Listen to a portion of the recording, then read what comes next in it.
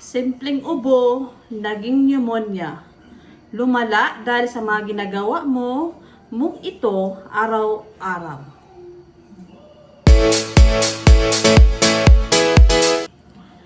Welcome back sa aking YouTube channel. Ako si Juliet Alcera, ang inyong ka-organic living or health tips. Organic livings or health tips na evergreen content, ito yung hindi siya mapapanis, no? Araw-araw may natutunan kayo, may natutunang aral kayo at may nakukuha kayong magandang aral o informative, no? Magandang balita, no? Magandang balita tungkol sa videong ito.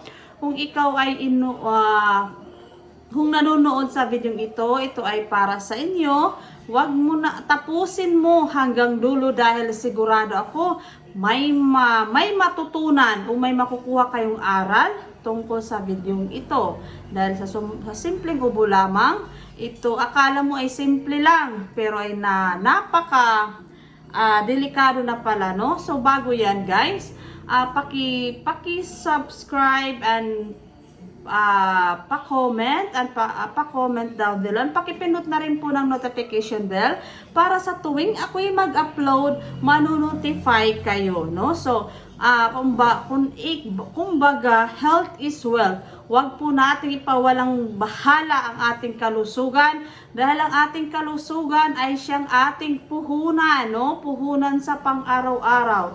Dahil kung tayo ay magkasakit o masamang ating pakiramdam, paano tayo makakagalaw sa pang-araw-araw natin na hanap buhay, sa pang-araw-araw natin na kailangan? So, kailangan tayo ng ating mga anak, kaya ang ating kalusugan ay alagaan. At lalong-lalo na rin yung mga anak natin, huwag nating hayaang magkasakit o magkaubo sila dahil sila ang pag-asa ng ating bayan, and then marami pa silang magagawa sa mundong ito, marami pa silang pangarap. So bago yan, huwag na tayong patumpik-tumpik, bago ako magsimula, huwag niyong kalimutan mag-subscribe, mag-like and comment. So let's go guys, huwag na tayong patumpik-tumpik, direct to the point na po tayo. So simpleng ubo, naging pneumonia. Lumala dahil sa mga ginagawa mo ito araw-araw. So una, ginagawa mo to kaya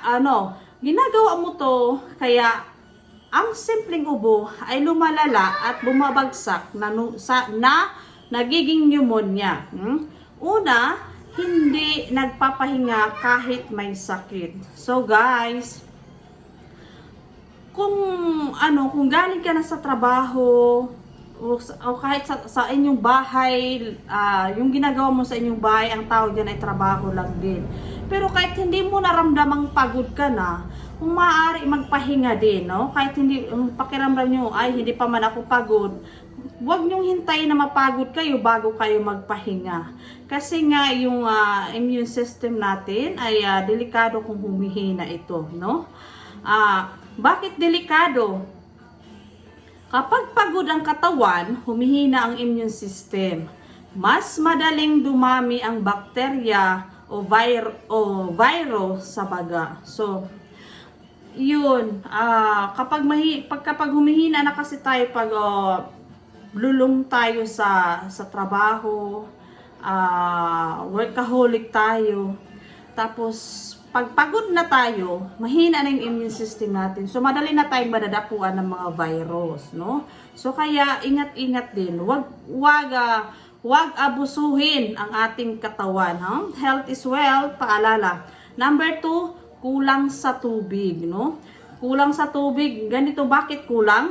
Kapag dehydrated, kumakapal ang plema, no? Yes, kapag kulang kayo sa tubig, kumakapal ang plema, no? Naiipon sa baga, no? Sa baga sila naiipon na stock kapag kulang tayo ng tubig. Kasi pag kargado tayo ng tubig, iniihi natin yung plema eh. Pina-flush kasi ng tubig yung plema sa ating baga, no? So, kaya mas mari damihan natin ang pag-inom ng tubig. Yes, naiipon sa baga, magandang lugar para sa infection. Yes. Kapag pag naiipon sa baga, yan, mas nagagandahan yung mga plema na mag-stay sa baga kasi feeling nila magandang lugar yun para sa infection, no? So number 3, exposure sa usok. Ayan ako, exposure sa usok tulad ng UC, usok ng sasakyan. Ayan, yung mga sasakyan na maitim na yung usok, no? Dapat sa bata man o magmatanda, mga baby, kung maaari, iiwas natin sila sa usok. Kasi sa isang pamilya, sigurado ako, merong nagyuyusi o nagsisigarilyo, no? Na nakakasama yan sa ating baga. Tapos yung mga usok ng sasakyan, kung maaari, kung kayo lalabas, dapat mayroong kayo, pag kayo lumabas, dapat meron kayong face mask lagi para hindi nyo malanghap ang usok ng sasakyan. Dahil napakadelikado po sa atin yan, sa baga. No? Bakit? Exposure sa usok, UC, usok o ng sasakyan. Bakit? Nasusugatan ang lining ng baga. Kapag madalas tayo nakakasinghot ng usok ng UC at usok ng sasakyan, no? Nasusugatan yung lining ng ating baga. Nagninipis hanggang sa nasusugatan na sila. Mas madaling pasukin ng mikrobyo. Kapag masugatan ang lining ng ating baga, yan, madali na yan papasukan ng mikrobyo ang ating baga.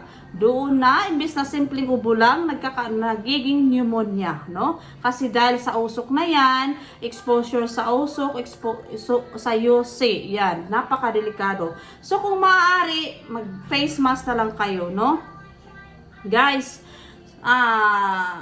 sundin nyo ang tips na ito para sa ating mga anak, para sa ating pamilya. Okay? Kahit hindi lang sa mga anak natin, kahit sa atin na lang din, no? Huwag natin pawalang sa bahala yung ubo. Nakala natin simpleng ubo lamang. No? So, number 4, biglang lamig, no?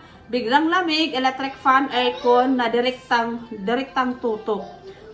Yung bang pawis na pawis ka, galing ka sa paglalaro, galing ka sa pagtatrabaho, dun sa gawaing bahay, nag-ano ka dyan, tapos pinawisan ka, tapos bigla kang nagpa-electric fan, bigla kang nagpa-aircon. Tapos yung electric fan, nakasentro lang sa'yo, hindi siya umiikot. Masama yan, guys.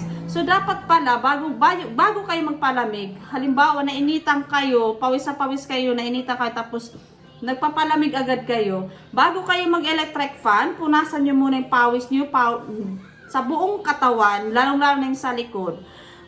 Pagka punasan nyo yung pawis nyo sa likod, huwag nyong itutok yung electric fan. Dapat nakaikot yan, no? Huwag yung steady kasi yan nakakasama talaga sa kalusugan natin.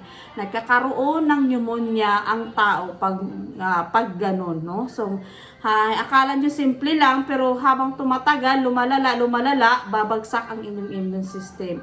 Ganon din sa aircon. Kapag kayo nagpapa-aircon, punasan muna ang inyong katawan, mga pawis nyo, bago kayo magpalamig sa aircon. Masama din niya kasi natutuyo yung pawis sa likod natin, sa katawan natin. Nagkakaroon ng pneumonia.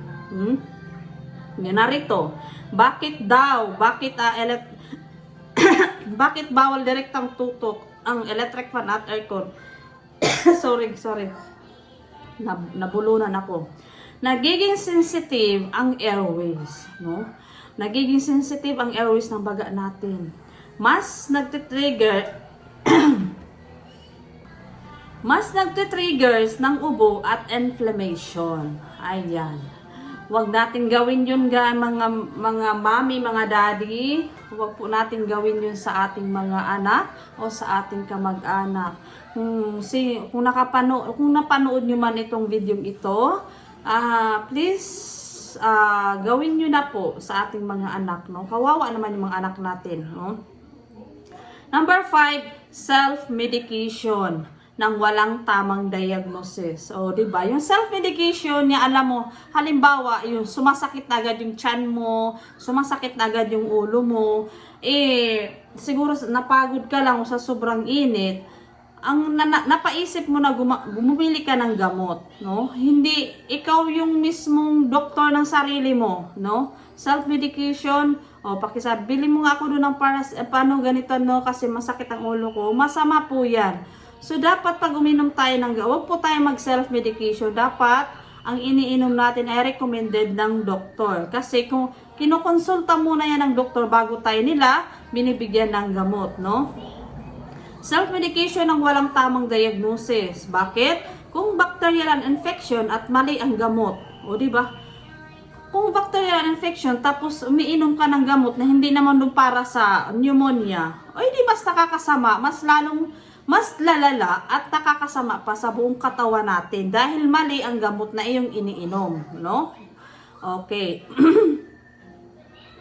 Hindi napapatay ang bakterya, mas lalong lumalala. O yun ang sinabi ko, mas lalo siyang lumalala. Paano yung gamot na iniinom nyo ay mas nakakalala, napaparami ng bakterya. Di masayang-masaya ang bakterya kasi mas nag-multiply pa sila. O, di ba? So, number 6, hindi inilabas ang plema. Number 6, hindi inilabas yung bang umuubo ka na ang tigas na parang yung walang tunog. Pag gano'n na, wala talagang tunog. Hindi nilalabas ang plema, no? So, pinipigil ang pag-ubo. O, yung bang pinipigilan mo na ayaw mo lang maano kasi akala mo simple lang, no? Bakit? Bakit? Ang plema ay may dalang mikrobyo. So, dapat pala, wag mong pigilan. Pag umubo ka, pilitin mong iubo hanggang sa may plema na lumabas at saka ilabas. Ganun, like this, ano? Para mailabas mo yung plema kasi yung plema na yun ay may mikrobyo, no? Kapag naiwan sa baga, pwedeng maging pneumonia. Ayun pala talaga. Kaya wag mong pigilan pag inuubo ka, wag mong pigilan. Ilabas mo yung iba kasi pag nauubo sila, yung lalo na yung may tunog, pinipigilan nila pag yung may tunog na, lalo na pag nasa maraming tao ka, nasa harap ka ng maraming tao, pinipigilan nila. Huwag kang mahiya. Bahala na, ilabas mo, basta wag ka lang magkasakit ng ganong klaseng sakit, no? Para mailabas mo yung plema kasi mikrobyo yun, masama yun, no? Number 7, sobra sa matatamis habang may ubo. 'Di ba sabi nila, yung matatamis, yung chocolate, dark chocolate daw ay nakakagamot daw ng ubo. Mali pala yun, no? Yun yung mga advice ng mga matatanda noon, pero mali pala. Hindi naman sa mga matatanda noon. Nung mga sinaunang tao, bawal. Alam nila yan na bawal kasi mga mga primitive people. Alam nila yan. Pero yung ngayon, may nagsabi talaga sa akin yan na yung chocolate daw, nakakapaano daw ng ubo. O ha? Matamis naman yun, sabi kong ganun. Hindi, akala lang nila. Yung pala, siguro nagkataon pagkain nila ng chocolate, nagkataon na gumaling ang kanilang ubo. Kaya ayun ang sinabi nila sa akin. No? Pero para sa akin, hindi yun tama. No? Yun. Huwag kayong kumain ng mga chocolate kapag meron kayong ubo. Kasi matamis, sa sobrang tamis, mas lalong lumalapot. No? Pag matamis yung kinakain nyo at babagsak dun sa ating baga. Okay? Number 7, yun na nga yung number 7 na sobra sa matatamis habang may ubo. Yan, bawal yan guys. Bakit? Ang sugar ay nagpapahina sa immune response. Immune response, nagpapabagal, nagpapababa, nagpapalapot ng plema, no? Mas mabilis dumami ang bakterya. Mas mabilis dumami ang bakterya kasi nga matamis, nag-i-enjoy sila, no? 'Di ba? Number 8, kulang sa tulog, no? Kapag kulang sa tulog, bakit? Dito lumalabas ang immune system. Kapag kulang kasi sa tulog, yung katawan mo bumabagsak na kasi, tapos yung nahihirapan ka ng huminga, yun kasi yung immune system mo bumabagsak na, no? Hindi ayan, na na sila, hindi na sila healthy. Kaya lalo na pag lagi kang puyat, andyan yung ubo, dali kang dapuan ng ubo hanggang sa nagiging pneumonia. Kapag kulang sa tulog, hindi kayang labanan ang infection, o di ba? Paano malabanan? Mahina ka na, puyat ka nga, ay mas lalong humina yung immune system mo, hindi malalabanan ang infection. Okay? So yun guys, Yun yung mga mahalagang tips para sa simpleng ubo na naging pneumonia kasi lagi mo ginagawa.